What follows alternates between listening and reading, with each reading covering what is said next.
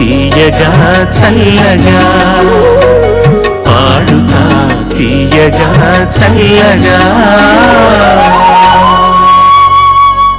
గణేష్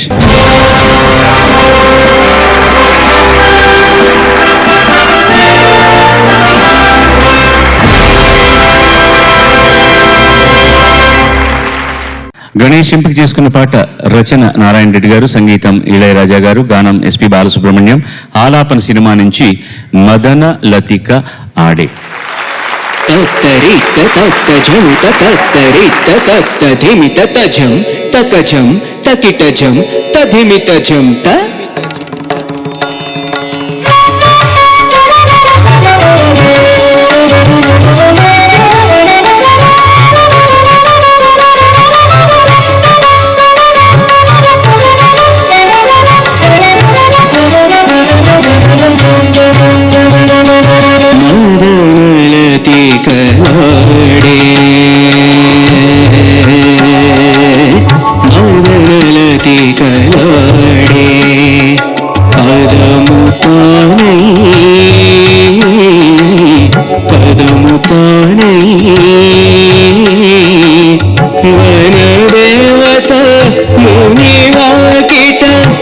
వనదేవత మునివాకిట తనపై విరులు కురియగా మదనలతి కలాడే పదము తానై.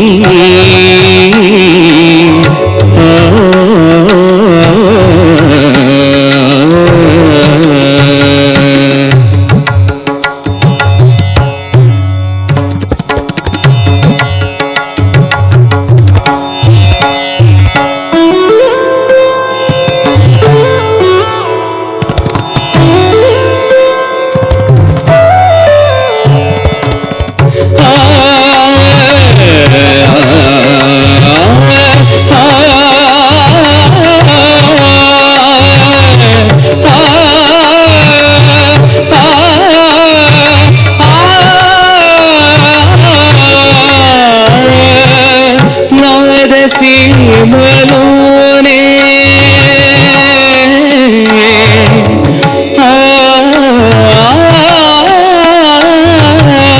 నాద సీమలోనే పారమోనగానే నాద సీమలోనే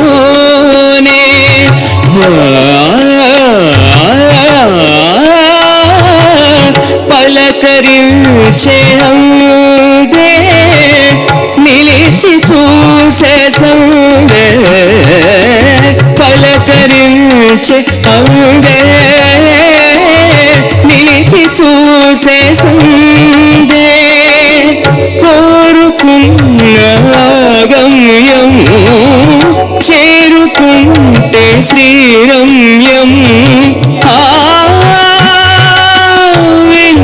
తెలిసిన మదనలతి కలాడే పదము తానై.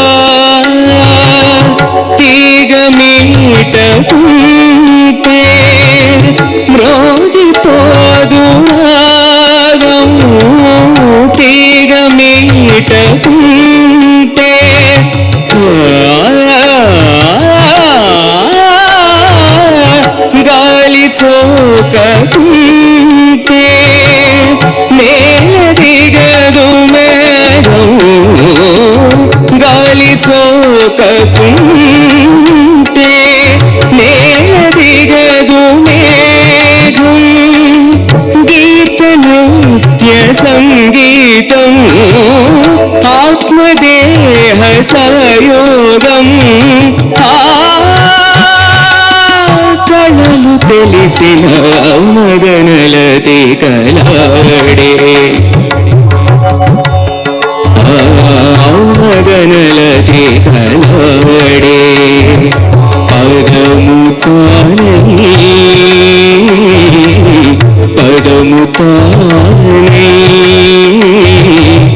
వనదేవత ముని వాకిట, వనదేవత ముని వాకిట తనపై విరులు కురియగా మదనలతి కలాడే. పదము తానై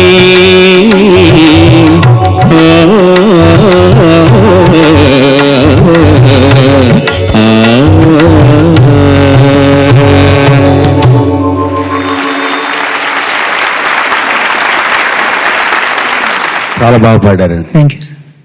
నారాయణ రెడ్డి గారు ఆయన మనిషి ఎంత స్పష్టంగా అందంగా టీవీగా ఉంటాడో ఆయన సాహిత్యం కూడా అంత అందంగా ఉంటుంది, అంత బాగుంటుంది, అంత హాయిగా ఉంటుంది.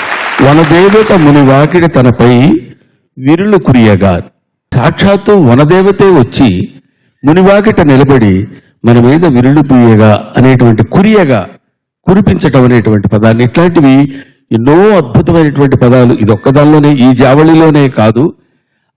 నారాయణ రెడ్డి గారు అంత అద్భుతమైనటువంటి మహాకవి. ఆయన పాటను మీరు అద్భుతంగా ఆలపించారు. సంగీతం జోలికి నేను మళ్ళీ నాకెందుకు చెప్పండి సార్, నాకెందుకు కావాలా? నాకు ఎందుకు అంటూనే దీన్ని జావళి అన్నారు మీరు. ఇది జావళి కాదు, ఇది గజల్. అది మీరు జావళియే కదమ్మా అని అడిగారు ఇందాక. ఆవిడ ఆ లెక్కలు వేసేసుకున్నారు నేను కూడా. ఇది అంటే అన్ని జావళి రౌండ్ ఏమో, ఇది అదొక రౌండ్ ఉంటుంది కదా సార్, నాకు తెలియక.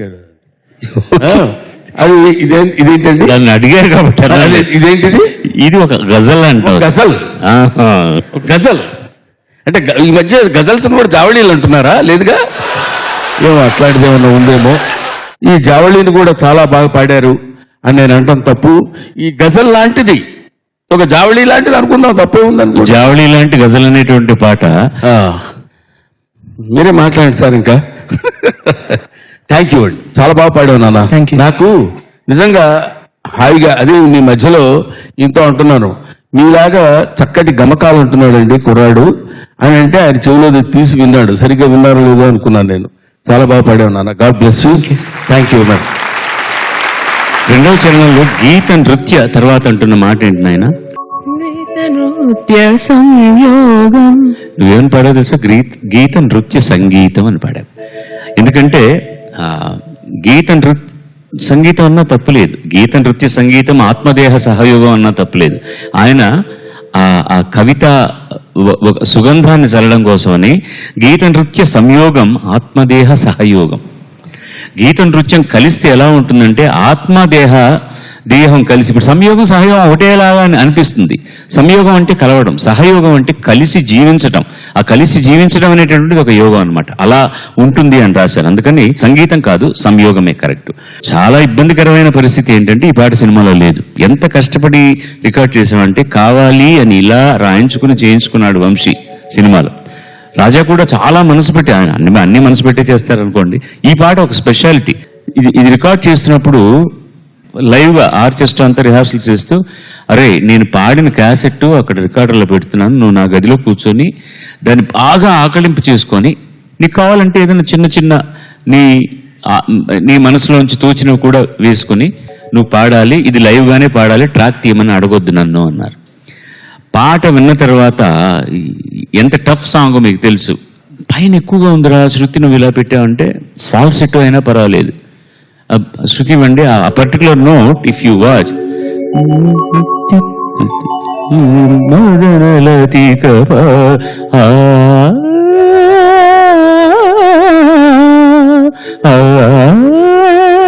అది లేదు ఒరిజినల్లో. యాక్చువల్గా నేను పాడదాం అనుకుని స్థాయి ఎక్కువ అవుతుందంటే ఫాల్సెట్టో అన్నా పాడు, పర్వాలేదు ఏదైనా పాడేసే అన్నాడు. అది యాక్చువల్గా ఫాల్సెట్టోలో పాడింది ఆ పర్టికులర్ నోట్. దాన్ని చాలా అందంగా అన్నారు. అది అన్నప్పుడే ఈయన నా చెవిలో మీ మీ మీ సంగతులన్నీ కూడా అచ్చంగా అట్లాగే పాడుతున్నాడే అని. కావ్య స్థాయికి తీసుకెళ్లారు మొట్టమొదటి పాట నుంచే నారాయణ రెడ్డి గారు. ఇంకొక మంచి డెఫినేషన్ అన్నాం సోదర ఆయన గురించి మాట్లాడుతూ, చూడగానే స్పష్టత ఉన్న వ్యక్తి అన్నారు. అది చాలా గొప్ప మాట. ఆయన క్లుప్తంగా మాట్లాడినా చాలా భావగర్భితంగా ఉంటుంది. ఇవాళ నేను ఒక్కడిని మాట్లాడాలనుకుని మాట్లాడినా కూడా పర్పస్ఫుల్గా ఉంటుంది. దాని వెనక ఒక కారణం ఉంటుంది, దాంట్లో విశేషం ఉంటుంది, విషయం ఉంటుంది. వెళ్ళరా తండ్రి, చాలా మంచి పాట ఇచ్చావు. శుభం శుభం.